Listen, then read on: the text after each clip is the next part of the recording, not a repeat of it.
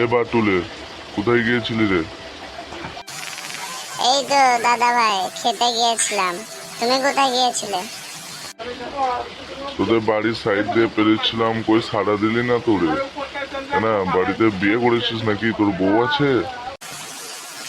আরে না দাদা ভাই, সেরকম না। বাড়িতে আত্মীয় স্বজন ছিল, তাই মনে ছিল না। তোমাকে দেখতে পেয়েছিলাম, কিন্তু সাড়া দিতে পারলাম না। হ্যাঁ রে, তুই সেই দিন ঘরের ভেতরে তোর বউকে অত জোর চুদছিলি কেন? জোরে আহ আহ আওয়াজ করছিল কেন রে?